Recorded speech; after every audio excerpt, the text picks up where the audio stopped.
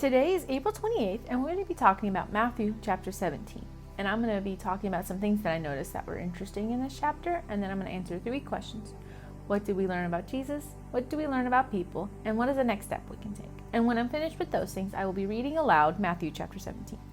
So, the first thing I noticed was the discussion about John the Baptist again in 11 through 13. They talk about how Elijah was going to come again, and then they realized that John the Baptist was kind of like the Elijah who came again. John the Baptist was the prophet who prepared the way for Jesus, and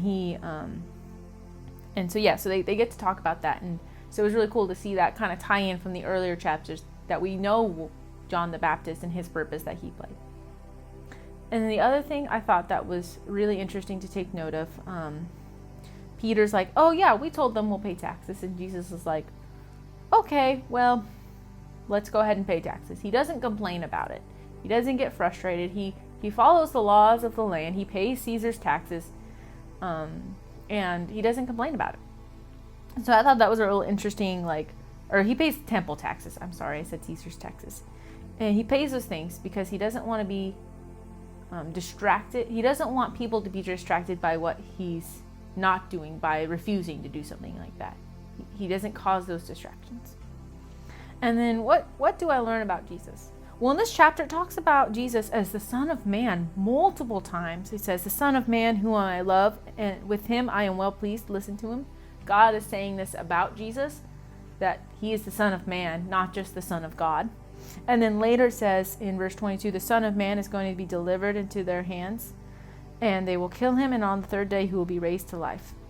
Jesus is the Son of Man, and he will die just like all humans die. But because he's not just the Son of Man, he's also the Son of God, he will be raised to life again. And so I think it's a really good reminder that Jesus, he lived on earth fully human. He experienced everything we experienced. He is the Son of Man. And what do I learn about people? Well, about people, I learned that it's sometimes hard to convince ourselves we can do things without Jesus being physically present, or it's hard for us to have our confidence in ourselves and in our faith. So in the passage where Jesus heals a demon-possessed boy, the disciples why couldn't we drive out this demon? Well, I think it's because they tried, but they didn't truly believe they could do that, to perform that miracle without Jesus present, and without Jesus being the one who actually does it. And Jesus says, you have so little faith. But he says, if you have the faith of a mustard seed, if you truly believe, then there will be nothing that's impossible. And I think that's important to remind ourselves of, that we want to have confidence in our faith, not be timid and worried about our faith and if it's enough, but be confident in the little faith we have. And so I learned that that's what I learned about people. And finally, what is the next step we can take?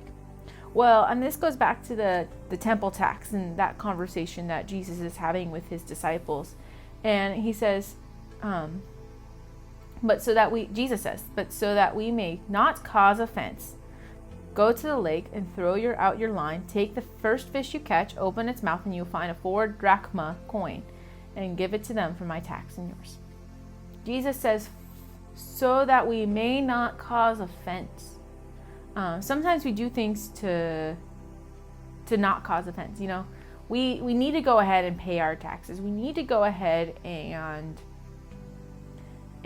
be peaceful people.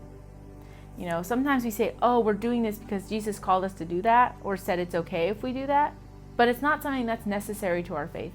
But it maybe causes offense to those who are trying to believe still and can't focus on that because of your attitude about it.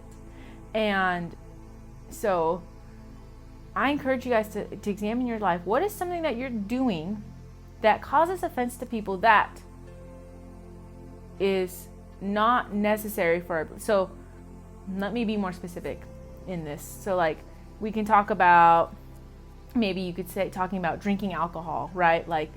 It's legal and it's okay to have a little bit, right? But maybe that causes offense to those around you, and so maybe you choose not to. or something like that.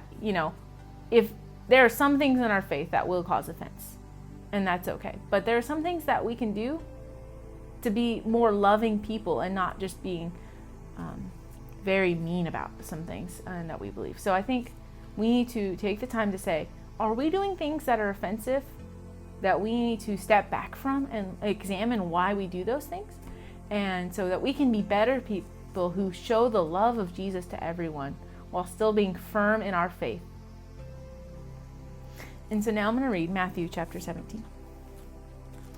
After 6 days, Jesus took with him Peter, James, and John, the brother of James, and led them up to a high mountain by themselves. There he was transfigured before them. His face shone like the sun, and his clothes became as white as the light. Just then there appeared before them Moses and Elijah talking with Jesus. Peter said to Jesus, "Lord, it is good for us to be here. If you wish, I will put up 3 shelters, one for you, one for Moses, and one for Elijah." While he was still speaking, a bright cloud covered them, and a voice from the cloud said, "This is my son, whom I love. With him I am well pleased. Listen to him." When the disciples heard this, they fell face down to the ground, terrified. But Jesus came and touched them. "Get up," he said. "Don't be afraid." When they looked up, they saw no one except Jesus. As they were coming down from the mountain, Jesus instructed them, "Don't tell anyone what you have seen until the Son of Man has been raised from the dead." The disciples asked, "Why then do the teachers of the law say that Elijah must come first?" Jesus replied, "To be sure, Elijah comes and will restore all things. But I tell you, Elijah has already come, and they did not recognize him, but have done to him everything they wished. In the same way, the Son of Man is going to suffer at their hands." Then the disciples understood that he was talking to them about John the Baptist. When they came to the crowd, a man approached Jesus and knelt before him. "Lord, have mercy on my son," he said. "He has seizures and is suffering greatly. He often falls into the fire or into the water. I brought him to your disciples, but they could not heal him." "You unbelieving and perverse generation," Jesus said, "how long shall I stay with you? How long shall I put up with you? Bring the boy here to me." Jesus rebuked the demon, and it came out of the boy, and he was healed at that moment. Then the disciples came to Jesus in private and asked, "Why couldn't we drive it out?" He replied, "Because you have so little faith. Truly I tell you, if you have faith as small as a mustard seed, you can say to this mountain, 'Move from here to there,' and it will move. Nothing will be impossible for you." When they came together in Galilee, he said to them, "The Son of Man is going to be delivered into the hands of men. They will kill him, and on the 3rd day he will be raised to life." And the disciples were filled with grief. After Jesus and his disciples arrived in Capernaum, the collectors of the 2 drachma temple tax came to Peter and asked, "Doesn't your teacher pay the temple tax?" "Yes, he does," he replied. When Peter came into the house, Jesus was the first to speak. "What do you think, Simon?" he asked. "From whom do the kings of the earth collect duty and taxes? From their own children or from others?"